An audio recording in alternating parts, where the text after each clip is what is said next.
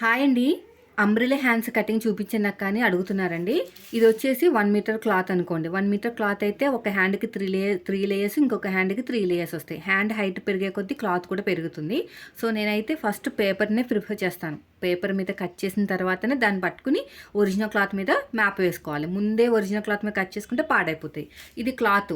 ఇప్పుడు మనము ఎలాగైతే అంబ్రెల్లా టాప్ అయినా సరే, అంటే అంబ్రెల్లా కింద గేరా దగ్గర, అంటే మనకి ఫ్రాక్కి ఎలాగైతే ఫోల్డ్ చేస్తామో అలాగే ఫోల్డ్ చేసుకోవాలి. సగానికి అయితే ఫోల్డ్ చేసుకున్నానండి. చేసుకున్న తర్వాత మళ్ళీ ఇంకొక ఫోల్డింగ్ అయితే చేశాను. ఇలాగా 4 ఫోల్డింగ్స్. ఓకేనా? 4 ఫోల్డింగ్స్ ఎలా చేశాను చూడండి. ఫస్ట్ వచ్చేసి ఇలా సగానికి ఫోల్డ్ చేశాను. ఫోల్డింగ్ అనేది ఇటు ఉంది, ఓపెనింగ్ అనేది ఇటు ఉంది. మళ్ళీ ఇటువైపు ఫోల్డ్ చేశాను ఇలాగా. సో ఇది కూడా ఫోల్డింగ్ అయిపోయిన తర్వాత మనకి నడుము లూజుకి ఎలాగైతే మనం మార్కింగ్ వేసుకుంటాం సేమ్ అదే మెథడ్. ఆర్మ్ లూజ్ వచ్చేసి మొత్తానికి 14 ఇంచులు.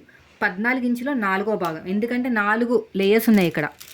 ఓకేనా? 14 ఇంచులో 4వ భాగం ఎంత ఉందో చూసుకోండి. ఇది 14 ఇంచులో 4వ భాగం అంటే 3.5 ఇంచులు అనమాట. ఓకేనా? 3.5 ఇంచులకి ఇక్కడ క్రాస్గా మార్కింగ్ వేయండి. ఇలా 3.5 ఇంచులకి ఇలా క్రాస్గా మార్కింగ్ వేసిన తర్వాత ఇలా చూసుకోండి. ఇలా ఎంత వచ్చింది?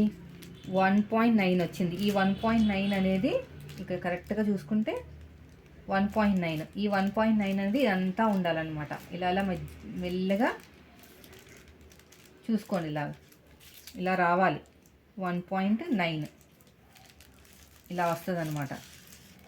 సో మనకి ఈ 3.5 అనేది వచ్చిందా లేదా అనేది ఇలా చెక్ చేసుకోవాలి. ఇలా రౌండ్గా చెక్ చేసుకుంటే మనకి కరెక్ట్గా వచ్చేస్తుంది. సో ఇదండి. ఖర్చుల కోసం మళ్ళీ మీరు ఎక్స్ట్రా మార్కింగ్ అయితే వేసుకోవాలి, ఖర్చులతో కలిపి కావాలి అనుకుంటే. ఓకేనా? నేనైతే కింద నుంచి కట్ చేస్తున్నాను. ఇలా కట్ చేస్తే కొంచెం గేరా పెరుగుతుంది కదా, అప్పుడు మనకి ఖర్చులన్నీ సరిపోతాయి అనమాట. ఈ ఖర్చులు అంటే మనం జాయిన్ చేయడానికి ఖర్చు కావాలి కదా, అందుకనమాట.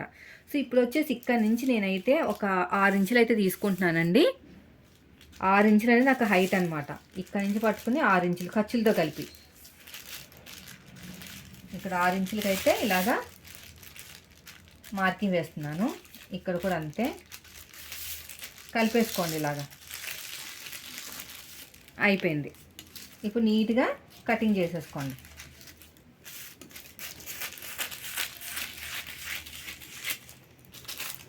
కరెక్ట్గా చేసుకోండి, ఎందుకంటే మార్కింగ్ కరెక్ట్గా వేసాం కదా, కరెక్ట్గానే చేసుకోవాలి.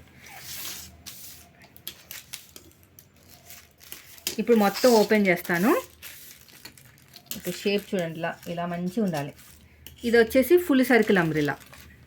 ఓకేనా? ఫుల్ సర్కిల్ వస్తుంది. ఏదో ఒక ఓపెన్ చేసేసేయండి, ఏదో ఒక మూలనే ఓపెన్ చేసేయండి. ఇది నేను ఓపెన్ చేసేసాను, ఎందుకంటే మనం హ్యాండ్స్ని జాయిన్ చేసుకోవాలి కదా. కొంతమంది ఓపెన్ చేయకుండానే జాయిన్ చేసేస్తారు. సో ఓపెన్ చేసుకున్న తర్వాత మీకు చంక డౌన్ కావాలి కదా, మరి ఇంత అయితే బాగోదు. ఇదంతా కూడా చంక డౌను. ఇది 7వ నెంబర్ కాబట్టి మనం 3 ఇంచులు చంక డౌన్ తీసుకుంటే సరిపోతుంది. ఇలా 3 ఇంచులు. ఓకేనా? సో మీరు ఆ తర్వాత ఏం చేయాలంటే ఇలా నీట్గా దీంట్లోకి కలిపేసుకోండి. ఇలాగా చూడండి, ఇలా నీట్గా కట్ చేసుకోవాలి. ఇంకా అంతే. ఇప్పుడు మనకి హైట్ అనేది ఇక్కడికి వస్తుంది అనమాట. ఇక్కడికి వస్తుంది. ఇది చంక దగ్గరికి వస్తుంది. ఇది డౌన్ వచ్చేసి చంక డౌను, ఇది వచ్చేసి మన హైట్ అనమాట. ఇలాగా. ఓకేనా? అర్థమైంది కదండి. సో ఏదైనా సరే ఇదొక సర్కిల్, ఇంకొక సర్కిల్, అలా మొత్తానికి 3 సర్కిల్ అయితే వేసేసుకోవాలి. సో ఇప్పుడు ఇక్కడ చూడండి, ఇక్కడ ఉంది చూసారా? నాకు ఇంత వద్దు అనుకుంటే మాత్రం కట్ చేసేసుకోవచ్చు. బాగా ఎక్కువైపోయింది సర్కిల్ అనుకుంటే కట్ చేసేసుకుని మీకు ఎంత వచ్చింది ఆర్మ్ లూజు ఇది 2 లేయర్స్ ఉంది కదా, అయితే 7 ఇంచులకి మార్కింగ్ వేయాలి. మనకి ఆర్మ్ రౌండ్ అనేది 7 ఇంచులకి రావాలన్నమాట. ఈ సైడ్కి కట్ చేయకముందే కట్ చేసుకోవాలి. కొంచెం ఇలా పెంచుకోండి. కట్ చేసాం కదా కొంచెం క్లాత్ అనేది, చూడండి ఇలాగా చూసారా? మాకు ఇంత వద్దు అనుకుంటే ఇలా కట్ చేసుకుని పెట్టుకోవచ్చు. అర్థమైంది కదా? సో మీరు కూడా ఇదే మెథడ్ ఒకసారి అయితే ట్రై చేసి నాకు కామెంట్ అయితే చేయండి. నేనైతే ఇలాగే కట్ చేస్తానండి. అంబ్రెల్లా హ్యాండ్స్ కావాలంటే ఇలాగే కట్ చేస్తానన్నమాట. సో వీడియో నచ్చితే లైక్ చేయండి. Thank you for watching. ఇదంతా ఇంకొక లేయర్ ఎక్కడ వస్తుంది, ఇంకొక లేయర్ ఇక్కడ వస్తుంది.